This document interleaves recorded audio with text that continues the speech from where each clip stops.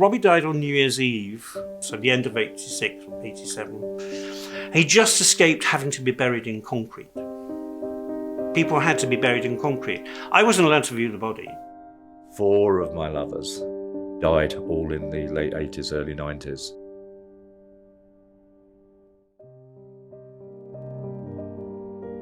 We were just at that point, if you like, of feeling hopeful about us.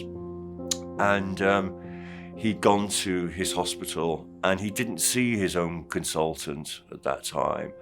But he was told, basically, and it was a word which I don't hear anymore, thankfully, but he was told he was a treatment failure. By the time Robert came out of hospital, he was 4.5 stone. I could carry him up 4 flights of stairs to his bathroom because he wanted a bath in his bath. You know what I mean? We forget this completely devastating impact. We were supposed to meet on the Monday, and unfortunately I kept phoning, couldn't get hold of him, and by the Tuesday, when I was phoning, the police answered the phone, and he'd hung himself. The early 80s and the mid-80s and the early 90s was typified, for me, by burying people. Of just knowing all those people who you knew around on the scene were dying.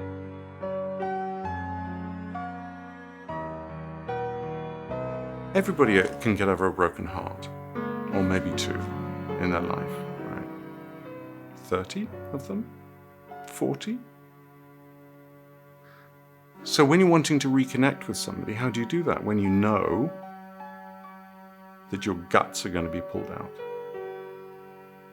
that you are going to become so incredibly raw again.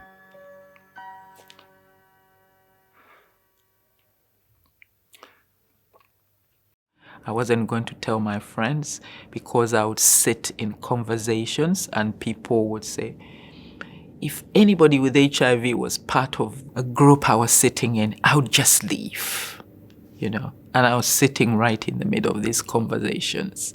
And I thought, there's no way I was going to disclose my status. You know, we were all double gloved and double gowned, and he was kept in an isolation room. All of his cutlery was plastic, paper plates. Even his notes had infectious written on them. We didn't touch them without gloves on. You know, his bedding was burnt. I mean, it was just horrendous. Nobody thought to test me because I was, you know, straight white woman. I hope it will be different nowadays. I'm pretty sure it will be, but back in those days, you know, I didn't really know any women who were positive. And I remember one of my colleagues actually years later got diagnosed with HIV. And I was really taken aback because I'd worked with him for years. And at a Christmas do a couple of years later, we were all sitting around. It was a work Christmas do. And he was sitting over there.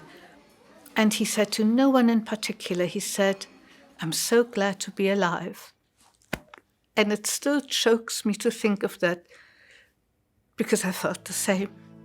It was really emotional, that moment. It still is. His junior doctor said, does Robbie, you know, I'd like to give him diamorphine, which is a polite way of saying, you know.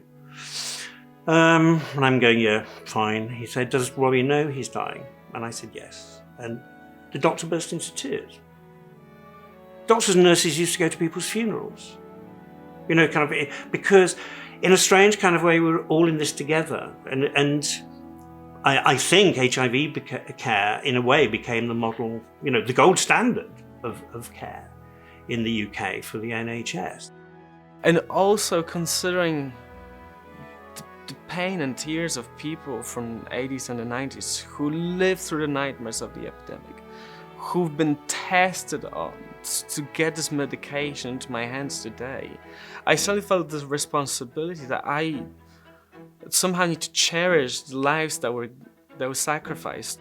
It seems to me that the history of HIV/AIDS must teach us the value of compassion, must teach us the value of hope, because what seemed utterly dark and pointless and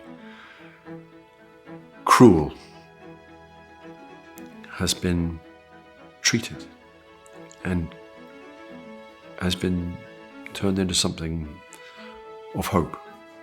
And especially in these days when things are strange and turning, you want to hold up this beacon of togetherness and solidarity and